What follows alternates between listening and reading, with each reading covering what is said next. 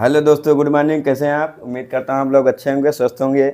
आइए आज क्लास 12 का अंग्रेजी का लेसन 2 का प्रोज से संबंधित क्वेश्चन है आपके सामने, जो कि शार्ट टाइप में है। देखिए, लेसन 2 का नाम क्या है? Last spring. अर्थात स्प्रिंग माने क्या होता है? बसंत होता है। लास्ट माने अंतिम होता है, लेकिन यहाँ पर बसंत का अंतिम महीना यहाँ पे आपको रिलेटेड कहना पड़ेगा, ठीक है ना। तो देखिए, सबसे पहले फर्स्ट क्वेश्चन क्या दिया है आपका? व्हाई डिड अनीस जंग, अर्थात अनीस जंग ने क्या किया?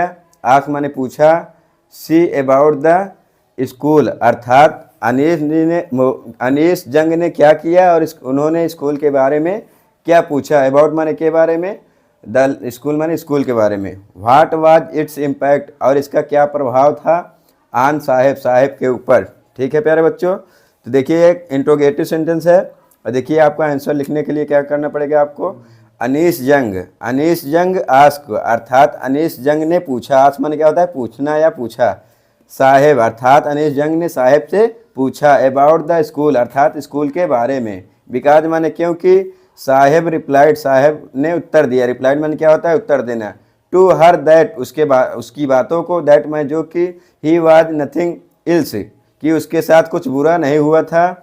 टू डू एक्सेप्ट, कि पहले जैसा आशा करने के भाव में। The rag picking its impact on Saheb, यही जो है कि साहेब के ऊपर क्या प्रभाव डाल रहा था। वाज माने था, दैट माने जो कि। ही वाज वेरी क्यूरियस, जो कि बहुत ज़्यादा जानने के लिए उत्सुक थे। अबाउट माने के बारे में, स्कूल माने विद्यालय के बारे में। एंड ही आल्सो प्रोमिस, और जैसा कि उन्होंने वादा किया। हर माने उससे, दैट माने जो कि। He will go to school, कि वह स्कूल जाएगा। इफ़ एनीवन बिल्ड, यदि वो किसी को अपना साथी बना ले तो। प्यारे बच्चों, ये आपको लिख देना है। ये आपका 5 नंबर कंप्लीट हो जाएगा। ये पहला वाला शार्ट टाइप में आएगा क्वेश्चन आपका। और दूसरा वाला आपको क्या दिया है? सेकेंड क्वेश्चन क्या है आपका? कि व्हाई डिड साहेब, साहेब ने क्या किया? एंड माने और होता है, अदर माने दूसरे। रैग पिकर्स माने दूसरे सहपाठी के साथ क्या किया? नॉट वियर, जो कि पहले की तरह नहीं दिखाई देते थे। Chapels. What excuse did they give for it, अर्थात उन्होंने हमको माफ़ क्यों किया? ये क्वेश्चन आपका दिया है, तो आपको आंसर लिखना पड़ेगा। साहेब एंड अदर रैग पिकर, साहेब और दूसरे सहकर्मी। डिड नॉट वियर चैपल्स, जो कि चप्पल नहीं पहने थे। इट्स बिकॉज, क्योंकि। इट वाज दियर ट्रेडिशन, ये उनकी परंपरा के अधीन था। एंड माने और। वाज सिंपली, और साधारण रूप से। रिप्लाइड माने उन्हें उत्तर दिया। दैट माने जो कि।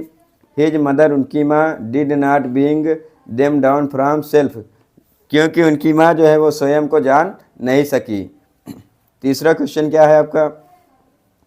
How many rag pickers use to live in Seemapuri डेलाबी, how did they settle there. How many rag pickers, कितने सहकर्मी थे। यूज माने प्रयोग करते थे। To live in Seemapuri, Seemapuri में रहने के लिए।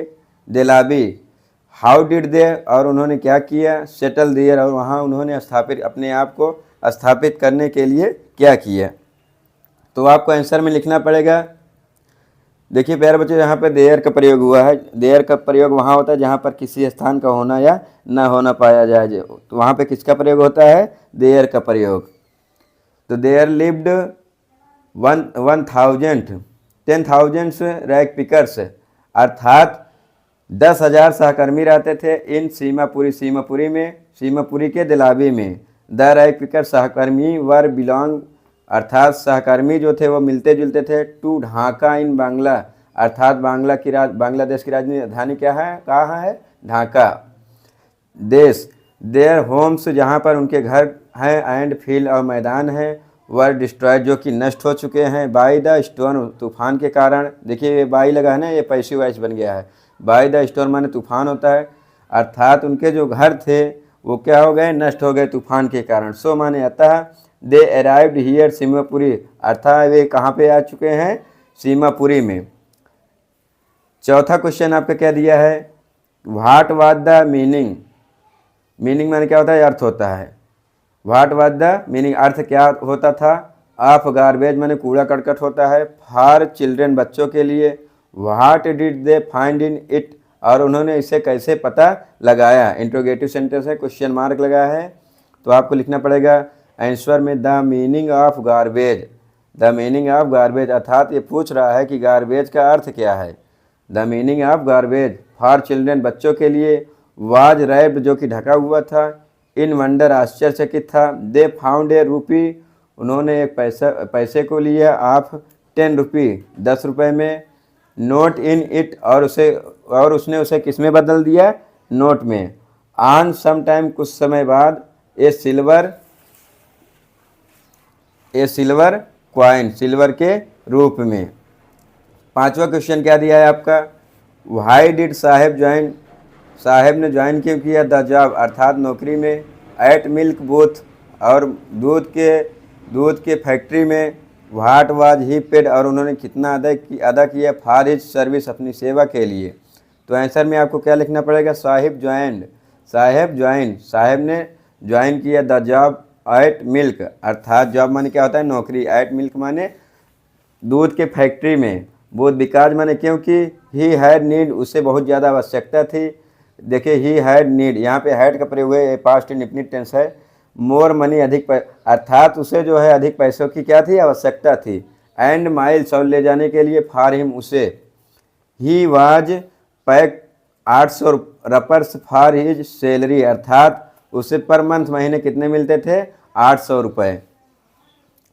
6 क्वेश्चन है, हु वाज मुकेश, मुकेश कौन था, इंट्रोगेटिव सेंटेंस है। Where did he belong, and वो कहाँ से बिलोंग करता था, अर्थात वो उसका निवास स्थान कहाँ पे था। And what was his ambition, और उसकी क्या महत्वाकांक्षा थी। एम्बिशन माने क्या होता है, महत्वाकांक्षा। तो आपको आंसर में लिखना पड़ेगा, Mukesh was the son of a poor family, अर्थात मुकेश वाज माने था, द सन माने क्या होता है, पुत्र। आप माने कहा कि के, ए पुअर माने एक गरीब परिवार से। फैमिली माने क्या होता है, परिवार। अर्थात मुकेश जो था वो एक गरीब परिवार से बिलोंग करता था, अर्थात मिलता जुलता था। हुज माने जिसके। फादर माने पिताजी। वाज बैंगल्स मेकर इन फिरोजाबाद, जिसके पिताजी। बैंगल्स माने क्या होता है, चूड़िया होता है, अर्थात फिरोजाबाद किसके लिए प्रसिद्ध है, चूड़ियों के लिए। कह सकते हो कि जिसके पिताजी फिरोजाबाद में किसका दुकान था, चूड़ियों का। इन फिरोजाबाद। हिज एम्बिशन, उनकी महत्वाकांक्षा थी। Was my to become a motor mechanic, उनकी महत्वाकांक्षा ये थी कि वो एक मोटर मैकेनिक के रूप में काम करना चाहते थे। ये आपको लिख देना है, आपका 5 नंबर कंप्लीट हो जाएगा। 7 क्वेश्चन दिया है, why did Mukesh volunteer, volunteer माने होता है स्वयं सेवक। व्हाई डिड मुकेश, मुकेश ने स्वयं सेवक का कार्य क्यों किया। टू टेक, लेने के लिए। द नरेटर माने वर्णन करने वाला होता है। होम माने घर को। Who were there in the home, जो कि वहाँ पर घर पे पहले ही स्थापित हुआ था। तो आपको आंसर में लिखना है, मुकेश वॉलंटियर, मुकेश जो था वो स्वयं सेवक के रूप में। टेक माने कार्य लेता था। द नरेटर माने वर्णन करने वाला। होम भी काज, अर्थात घर के कारण। ही फेल्ट वेरी हैप्पी, वह बहुत खुशी महसूस करता। एंड प्राउड फॉर हिज, और वो उसे अपने घर पर क्या था, गर्व था। फॉर रिबिल्ड, बनाने के लिए। कि देयर वर फादर, यहाँ वहाँ उसके पिताजी। Of Mukesh is grand mother, उसकी दादी जी। ग्रैंड मदर माने दादी जी। एल्डर माने बड़े भाई, एल्डर ब्रदर माने बड़े भाई। एंड हिज वाइफ, और उसकी पत्नी।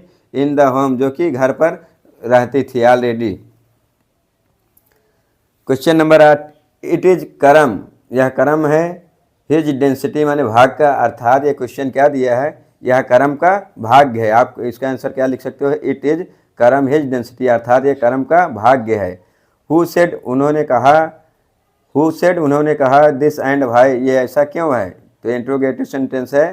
तो आपको आंसर में क्या लिखना पड़ेगा, देखिए Mukesh grand mother, apostrophe S का प्रयोग हुआ है। जैसे बोलते हैं कि मुकेश के पिताजी या राम के पिताजी, तो यहाँ पे आपको क्या लिखना पड़ेगा, अपॉस्ट्रॉफी एस का प्रयोग करना पड़ेगा। ये जो लगा है इसका मतलब क्या होता है, अपॉस्ट्रॉफी एस।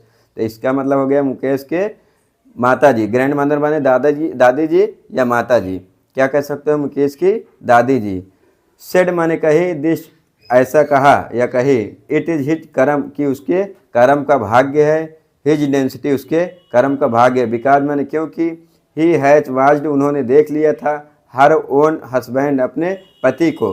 गो ब्लाइंड, अर्थात गो ब्लाइंड मतलब क्या होता है, अंधा। अर्थात उन्होंने अपने अंधे पति को देख लिया था। विथ माने के साथ। The dust from polishing the glass of bangles, जो कि चूड़िए की दुकान का बाजार था। Thank you very much.